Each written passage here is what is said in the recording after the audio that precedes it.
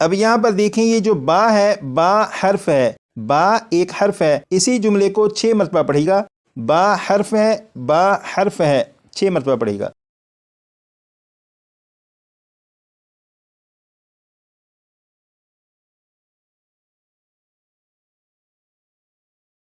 یہ جو با ہے یہ ایک حرف ہے، اور با کے اوپر جو علامت ہے یعنی زبر، زبر کو حرکت کہتے ہیں۔ جیسے یہاں پر آپ نے پڑھا زبر کو حرکت کہتے ہیں، تو با حرف کے اوپر زبر حرکت موجود ہے۔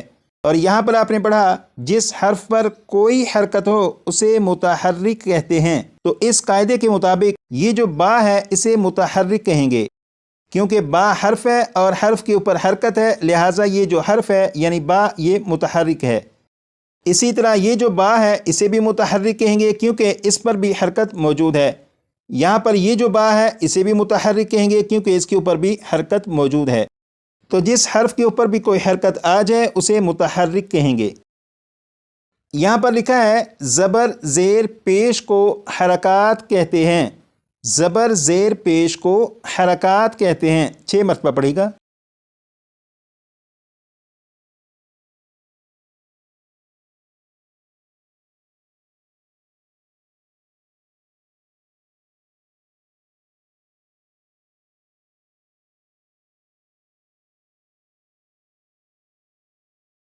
یہاں پر لکھا ہے حرکات کو بغیر کھینچے بغیر جھٹکا دیے معروف پڑھتے ہیں، حرکات کو بغیر کھینچے بغیر جھٹکا دیے معروف پڑھتے ہیں، اسے بھی 6 مرتبہ پڑھے گا۔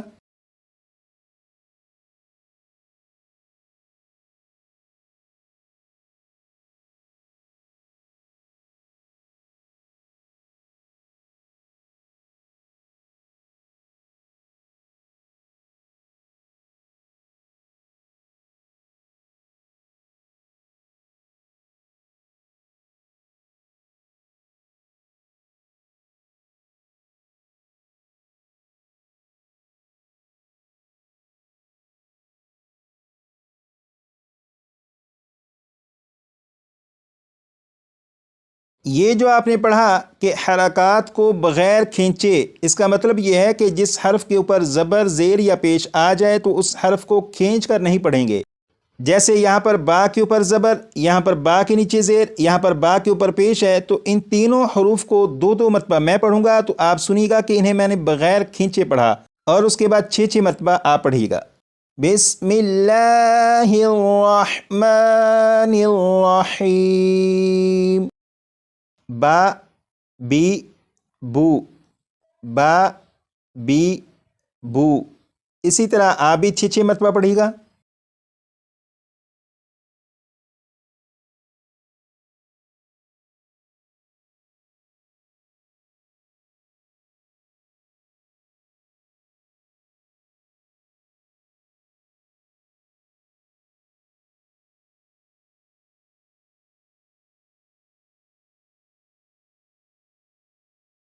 اب یہاں پر دیکھیں یہ جو لفظ ہے، اس لفظ میں نون، زا اور لام ان تینوں حروف کے اوپر زبر ہے، تو اس پورے لفظ کو جب پڑھیں گے تو کسی بھی حرف کو کھینچ کر نہیں پڑھیں گے، جیسے نازالہ، نازالہ۔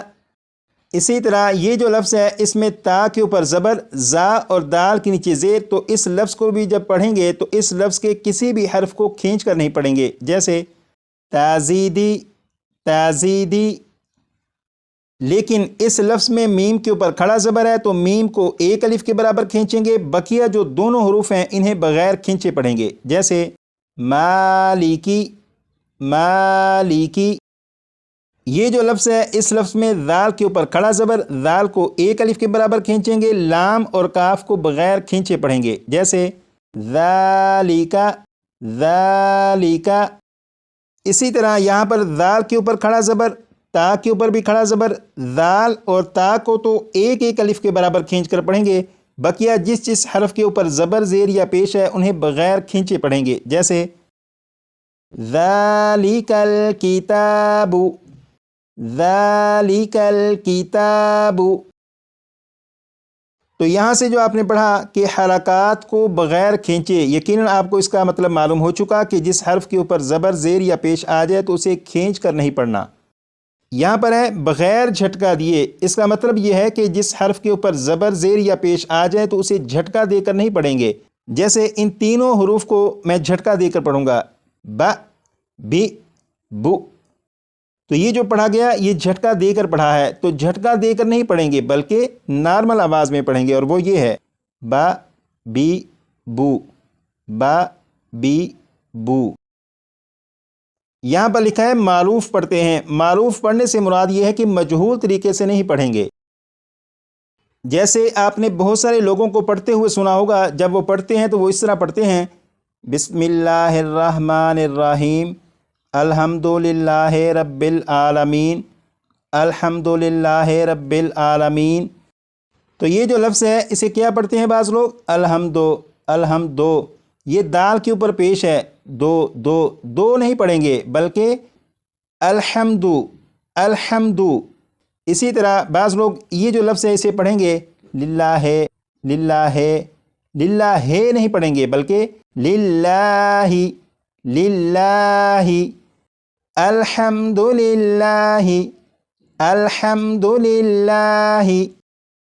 تو اس طرح پڑھنا معروف پڑھنا کہلاتا ہے۔ اور قرآن پاک کے سبق پر جب پہنچیں گے اور قرآن پاک کے سبق میں انداز اور لہجے کو بہتر کرنے کے لیے جب پریکٹس شروع کریں گے تو آپ کے پڑھنے میں بھی انشاءاللہ آہستہ آہستہ بہتری آنا شروع ہو جائے گی۔ لیکن فی الحال آپ اتنا یاد رکھیے گا کہ آپ کی یہ جو کلاسیں ہیں ان کلاسوں میں آپ تجوید کے قواعد کو اچھی طرح سے یاد کیجیے گا، اتنے اچھی طرح یاد کیجیے گا کہ یہ آپ کو زبانی یاد ہو جائیں۔ اگر یہ قواعد آپ کو اچھی طرح سے یاد ہوگے تب ہی جب قرآن پاک کے سبق پر پہنچیں گے تو آپ کے پڑھنے میں بہت زیادہ بہتری آنا شروع ہو جائے گی۔ اور قواعد کو یاد کرنا بالکل مشکل نہیں، کرنا صرف یہ ہے کہ یہ جو آپ کا سبق ہے اس سبق کو 25 سے 30 مرتبہ پڑھ دیجیے گا تو یہ آپ کو یاد ہو جائے گا انشاءاللہ۔ جب آپ اس سبق کو پڑھ چکے ہیں تو اس کے بعد کلاس نمبر 1 میں کھڑی حرکات کو جو سبق پڑھا تھا اس سبق کو بھی کم از کم 10 سے 15 مرتبہ پڑھ لیجیے گا۔ اور آخر میں کلاس نمبر 2 میں جو قواعد پڑھے تھے ان قواعد کو بھی 10 سے 15 مرتبہ پڑھ لیجیے گا۔ آج کے لیے اتنا ہی، آگے مزید پڑھیں گے کلاس نمبر 4 میں۔